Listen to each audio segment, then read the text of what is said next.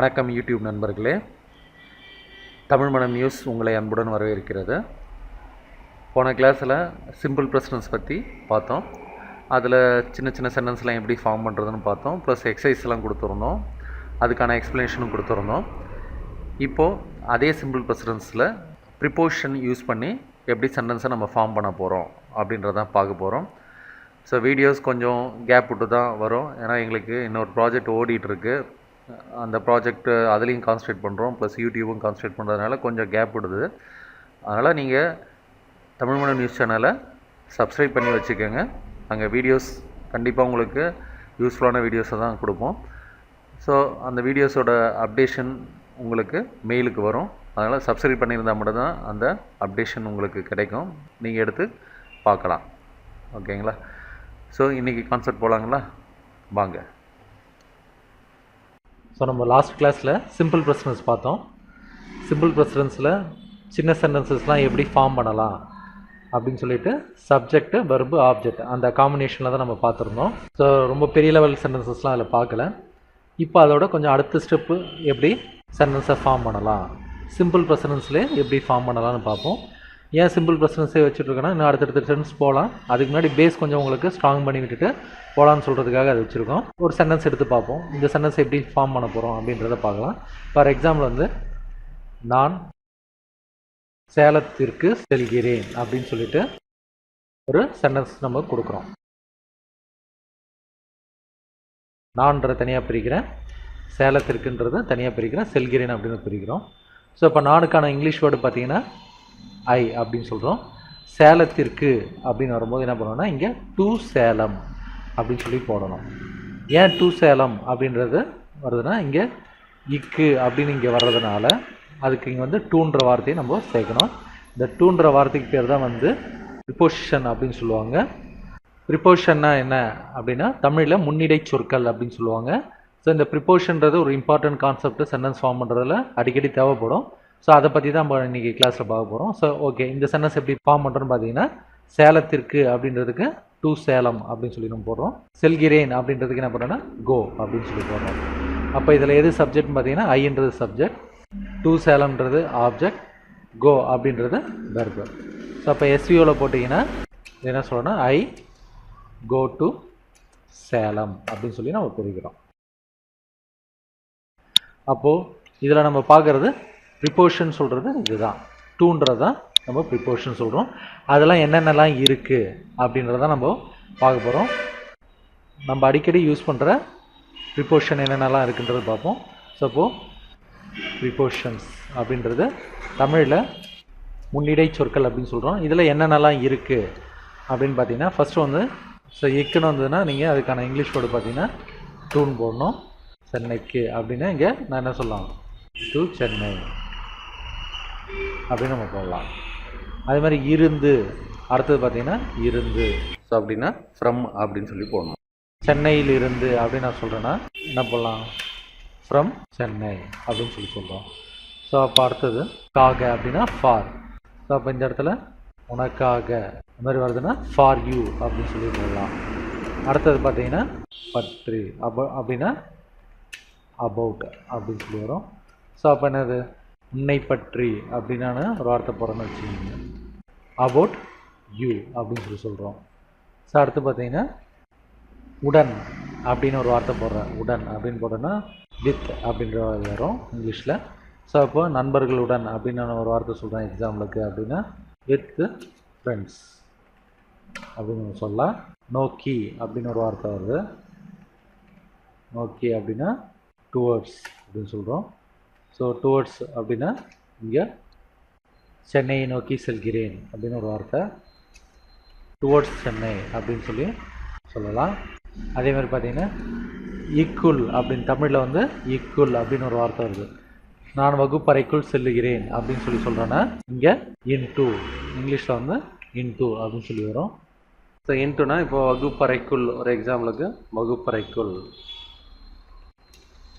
அப்படின்னா into class room.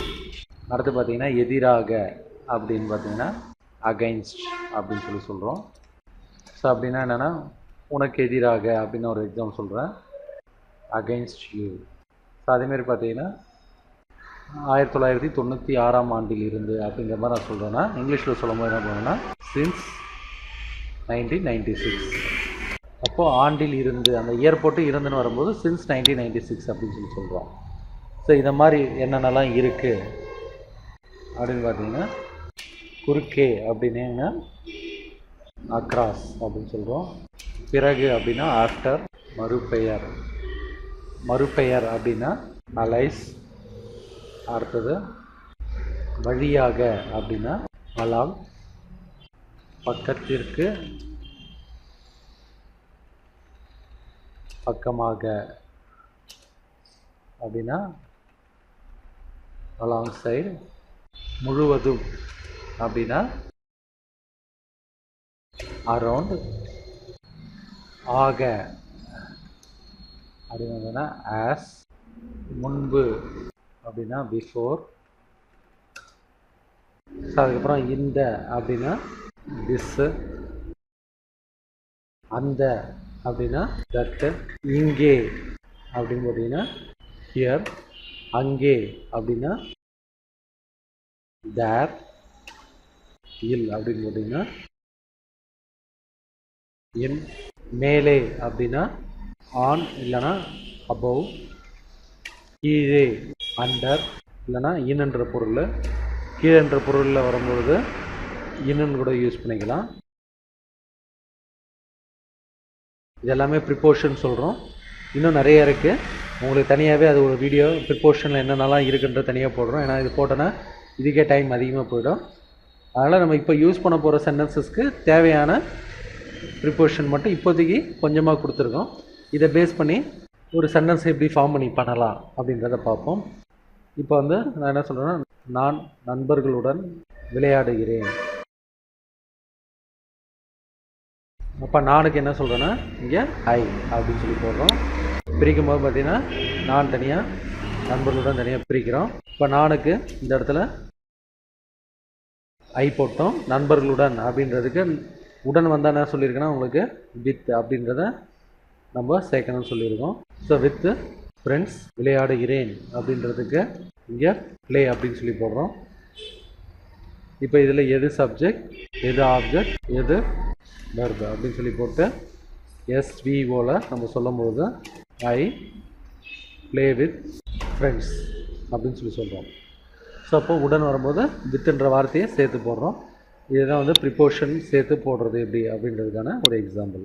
So இப்போ அடுத்தது என்னென்னா, நான் கம்ப்யூட்டர் பற்றி படிக்கிறேன் அப்படின்னு சொல்லி படிக்கிறேன்.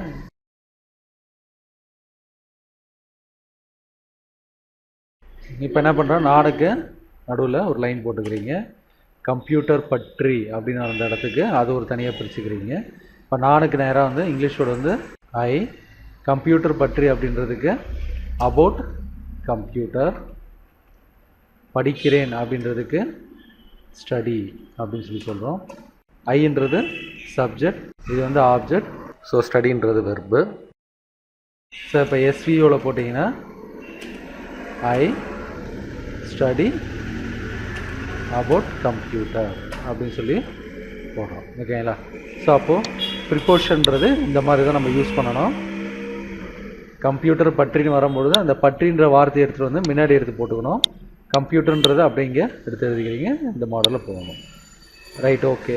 இப்போ இதில் இன்னும் கொஞ்சம் டீட்டெயிலாக வர்றது எப்படி அப்படின்றத இன்னும் கொஞ்சம் டீட்டெயிலாக பார்ப்போம். ஸோ இப்போ நான் எனது தந்தையுடன் இந்த பள்ளிக்கு செல்கிறேன் அப்படின்னு ஒரு வார்த்தை வருது. ஸோ அப்போ இதை எப்படி பிரிக்கணும்? நான் தனியாக இப்படி பிரிச்சிடுவோம். என் தந்தையுடன் அப்படின்றது தனியாக பிரிக்கிறோம். இந்த பள்ளிக்கு அப்படின்றத அது தனியாக பிரிக்கிறோம். பிரித்து நானுக்கு இங்கிலீஷ் வேர்டு வந்து ஐ. எனது தந்தையுடன் அப்படின்றதுக்கு மை ஃபாதர். இந்த பள்ளிக்கு அப்படின்றதுக்கு திஸ். இக்குன்னு வந்ததுனால ஃபஸ்ட் என்ன பண்ணுறீங்க, டூ போட்டுக்கிறீங்க. இந்தன்றதுக்கு திஸ்ஸு. பள்ளின்றதுக்கு ஸ்கூல் அப்படின்னு போடுறோம். செல்கிறேன் அப்படின்றதுக்கு கோ அப்படின்னு சொல்லி போட்டிருக்கோம். ஸோ அப்போ இதில் ஐன்றது என்ன சொல்கிறோன்னா சப்ஜெக்ட், கோன்றது வெர்பு. ஸோ அப்போ இதில் செல்கிறேன்றது பள்ளிக்கு செல்கிறோமா என் தந்தையுடன் செல்கிறோமா அப்படின்னு பார்த்தீங்கன்னா மெயினாக செல்லுதல்ன்றது பள்ளிக்கு அப்படின்றதுனால பள்ளிக்கு செல்கிறோம் அப்படின்றதுனால இது என்ன சொல்லணும்னா இதை டைரக்ட் ஆப்ஜெக்ட் அப்படின்னு சொல்கிறோம். டிஓ அப்படின்னு சொல்லுவாங்க. எனது தந்தையுடன் அப்படின்றத அது எக்ஸ்ட்ரா வர வார்த்தை. ஸோ அது ஐஓ அப்படின்னு சொல்லி இன்டைரக்ட் ஆப்ஜெக்டை ஐஓன்னு சொல்கிறோம். அப்போ இந்த மாதிரி வார்த்தைகள்லாம் வரும்பொழுது எஸ்விஓ தவிர எக்ஸ்ட்ரா சேர்ந்து வரும்போது சப்ஜெக்ட் பக்கத்தில் வெர்பு, அதுக்கப்புறம் டைரக்ட் ஆப்ஜெக்ட், அதுக்கப்புறம் இன்டைரக்ட் ஆப்ஜெக்ட் அப்படின்ற இந்த காம்பினேஷனில் நம்ம வந்து சென்டென்ஸ் பேட்டர்னை வந்து ஃபார்ம் பண்ணி எழுதணும். அப்போ பார்த்தீங்கன்னா இந்த இடத்துல இதே வார்த்தையை அப்போ என்ன பண்ணுறேன், ஐ கோ டு தி ஸ்கூல் எனது தந்தையுடன் அப்படின்னும் போது உடன் அப்படின்னு வந்திருக்குங்களா, உடன் வந்ததுக்கு நம்ம பண்ணால் இங்கே வித் அப்படின்னு சொல்கிறோம். எனது அப்படின்றதுக்கு மை அப்படின்றது போடணும். ஸோ அந்த மை ஏன் வருது, எப்படி போடணும், இங்கே மை போடணுமா, அவர் போடணுமா, ஹிஸ் போடணுமா, ஹர் போடணுமான்றதெல்லாம் நான் பின்னாடி எக்ஸ்பிளைன் பண்ணுறேன், அதையும் கவனிங்க. அப்போ இதில் என்ன வருதுன்னா I go to the school with my father அப்படின்னு சொல்லி சொல்கிறோம். ஓகேங்களா. ஸோ அப்போ இதில் சப்ஜெக்ட் பக்கத்தில் வெர்பு வருது, அதுக்கப்புறம் I go to the school direct object வந்துடுச்சு, அதுக்கப்புறம் வித் மை ஃபாதர்ன்றது இன்டைரக்ட் ஆப்ஜெக்ட்டை சேர்த்து போட்டிருக்கோம். ஸோ இப்படி தான் வந்து சென்டென்ஸை ஃபார்ம் பண்ணணும். ஸோ அப்போ இதில் இன்னொரு பாயிண்ட் என்னென்னா இந்த மை அப்படின்ற ஒரு வார்த்தை வருது. இந்த மை எப்படி ஃபார்ம் ஆகுது, எப்படி வருது அப்படின்றத பார்க்கும்போது பார்த்தீங்கன்னா இப்போ நம்ம ஏற்கனவே வந்து பர்சனல் ப்ரோனவுன் அப்படின்னு சொல்லிட்டு ஒன்று படிச்சிருந்தோம். இந்த பர்சனல் ப்ரோனவுனில் அது நம்ம பர்சனல் ப்ரோனவுன்லாம் என்னன்னு சொல்லியிருந்தோம், ஃபஸ்ட்டு இதையே வந்து முதலில் அந்த வார்த்தைக்கு முதல்ல வரும்போது எப்படி இருக்கும் பர்சனல் ப்ரோனவுன், நடுவில் வரும்பொழுது நடுவில் வரும்போது எப்படி இருக்கும், இறுதியில் வரும்போது எப்படி இருக்கும் அப்படின்றத நம்ம இப்போ பார்க்க போகிறோம். இப்போ முதலில் அப்படின்றதில் ஐ நம்ம ஏற்கனவே பார்த்து தான் இது. நடுவில் வரும்போது அதுக்கு இங்கிலீஷ் வேர்டு என்ன சொல்கிறோன்னா மை அப்படின்னு சொல்கிறோம். தமிழில் வரும்போது என்னுடைய அப்படின்னு வரும். முடிகிற இடத்துல வரும்போது மைன் அப்படின்னு சொல்கிறோம். இல்லைன்னா மீ, மீ அப்படின்னா என்னுடையது. ஸோ அப்போ மைன் மீ அப்படின்றது என்னுடையது அப்படின்றது அர்த்தமாகுது. அதே மாதிரி பார்த்தீங்கன்னா அடுத்தது பி அப்படின்னா நம்ம என்ன சொல்கிறோன்னா தமிழில் சொல்லும் போது நாங்கள் அப்படின்னு சொல்கிறோம். நடுவில் வரும்போது அவர் அப்படின்னு சொல்லி வரும். அதுக்கு வந்து தமிழ் வேர்டு வந்து எங்களுடைய அப்படின்னு வரும். முடிகிற இடத்துல வரும்போது அஸ் அப்படின்னா எங்களுடையது அப்படின்னு சொல்லிட்டு அந்த அர்த்தம் வரும். அடுத்து பார்த்தீங்கன்னா யூ அப்படின்னா நீ, நடுவில் வரும்போது யுவர் அப்படின்னா உன்னுடைய, யூ அப்படின்னா முடியும் போது யூன்று வரும், அதுக்கும் உங்களுடையது அப்படின்னு வரும். அடுத்து பார்த்தீங்கன்னா தே, தே அப்படின்னா அவர்கள் அப்படின்னு சொல்கிறோம். இந்த இடத்துல தேர் அப்படின்னா அவர்களுடைய, தெம் அப்படின்னா அவர்களுடையது, ஹி அப்படின்னா அவன், ஹிஸ் அப்படின்னா அவனுடைய, ஹிம் முடிகிற இடத்துல வரும்போது ஹிம்னு வரும், அப்போது அவனுடையது, ஷீ அவள், ஹர் அவளுடைய, ஹர் அவளுடையது அப்படின்னு வரும். அடுத்து பார்த்தீங்கன்னா இட் அது, இட்ஸ் அதனுடைய அப்படின்னு வரும். இட் அப்படின்னா அதனுடையது. ஸோ இதுதான் வந்து பர்சனல் ப்ரோனவுன் வந்து முதல்ல வரும்போது எப்படி யூஸ் பண்ணணும், நடுவில் எப்படி வரும், இறுதியில் வரும்போது அந்த சென்டென்ஸில் இறுதியில் வரும்போது எப்படி வரும்ன்றதுக்கு இதுக்கு ஒரு எக்ஸாம்பிள் எக்ஸசைஸ் ஒன்று சொல்லுவோம். இப்போ பார்த்தீங்கன்னா நான் எனது நண்பர்களுடன் சினிமாவுக்கு செல்கிறேன். நானுக்கு ஐ ஃபஸ்ட்டு கரெக்டாக ப்ரீ கற்றுக்கணும். எனது நண்பர்களுடன் அப்படின்னு சொல்லி வருது. ஸோ நான் எனது அப்படின்னு வந்ததுன்னா நீங்கள் செய்ய வேண்டியது மை. அதே வந்து நாங்கள் எங்களுடைய அப்படின்னா அவர் அப்படின்னு வரும். நீ உன்னுடைய நண்பர்களுடனா யுவர் அப்படின்னு வரும். அவன் அவனுடைய நண்பர்களுடன் அப்படின்னா ஹிஸ் ஃப்ரெண்ட் அப்படின்னு வரும். அவள் அவளுடைய அப்படின்னா ஹர் ஃப்ரெண்டு அப்படின்னு வரும். இப்போ நான் எனது அப்படின்னு வர்றதுனால மை ஃப்ரெண்ட்ஸ் அப்படின்னு சொல்லி போடுறேன். உடன் அப்படின்னு வந்ததுனால வித் மை ஃப்ரெண்ட் அப்படின்னு சொல்லி போடுறேன். இந்த இடத்துல உடன் இருக்கிறதுனால வித் அப்படின்ற வார்த்தையை முன்னாடி எடுத்து போட்டுக்கணும், வித் மை ஃப்ரெண்ட். ஸோ அடுத்தது சினிமாவுக்கு இக்குன்னு வருது. இக்குன்னு வந்தாலும் என்ன சொன்னோன்னா டூன் போடணும்னு சொல்லியிருக்கோம்.